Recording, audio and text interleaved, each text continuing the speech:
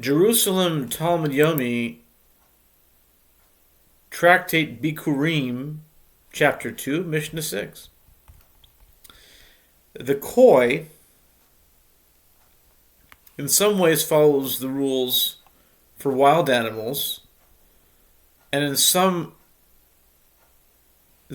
those for domestic animals. And some people call it koi, and I've heard it also called kvi. But since they say koi over here, then we'll read it koi. So in some ways it's like wild animals, and in some ways it's like domestic animals. In some, the rules for both domestic and wild animals, and in some, those for neither domestic nor wild animals. How does it follow the rules of wild animals? Its blood must be covered like the blood of a wild animal. One does not slaughter it on a holiday, but if it was slaughtered, one does not cover its blood. Its fat can become impure in the impurity of a carcass like a wild animal. That impurity is one of doubt. One may not use it to redeem the firstborn of a donkey. How does it follow the rules of domestic animals? Its fat is forbidden, like the fat of domestic animals, but one is not punished for it by extirpation, which is kares, or being cut off.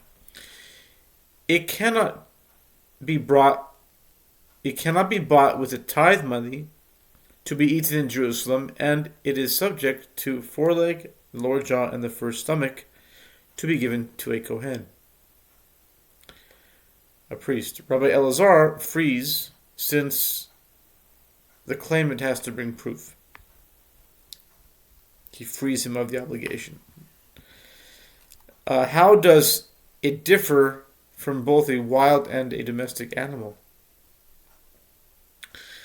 It is forbidden as kilayim with wild animals and domestic animals. If somebody writes his wild or domestic animals over to his son, he did not include the koi.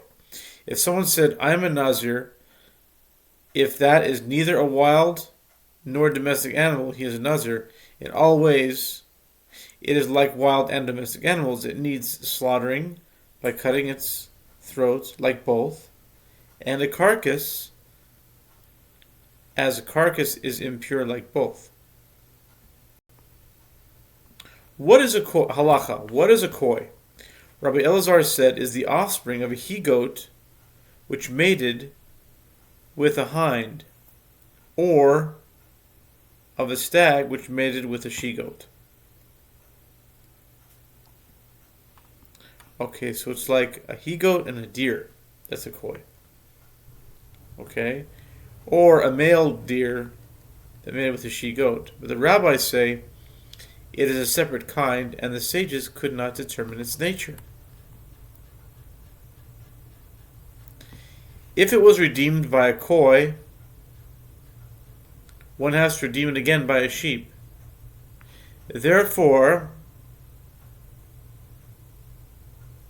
if one of them died, the claimant has to bring proof.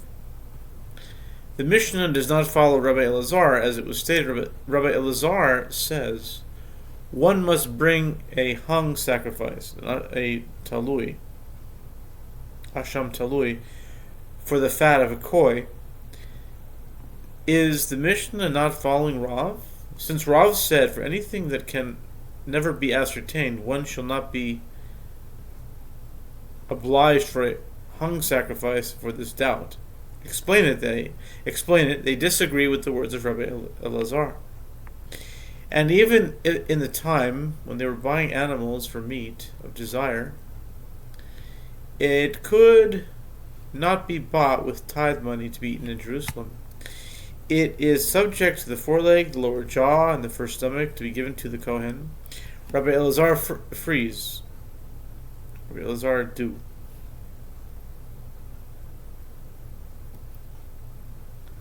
Since Rabbi Elazar says that now he is in doubt, he says free. But the sages who teach that it is an original species say obligated.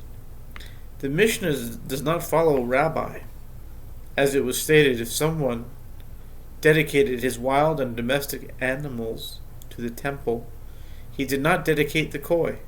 Rabbi said he dedicated the koi. If somebody said, I shall be a Nazir, if that is a wild animal, he is a Nazir. That this is a domestic animal, he is a Nazir. That this is not a wild animal, he is a Nazir. That this is not a domestic animal, he is a Nazir. That this is a wild and domestic animal, he is a Nazir. That this is neither a wild nor a domestic animal, he is a Nazir. Rabbi Haggai asked before Rabbi Yossi, why did we not state that the human having active or passive sex with a koi is guilty? He told him, it was stated in all other ways, it is like wild and domestic animals.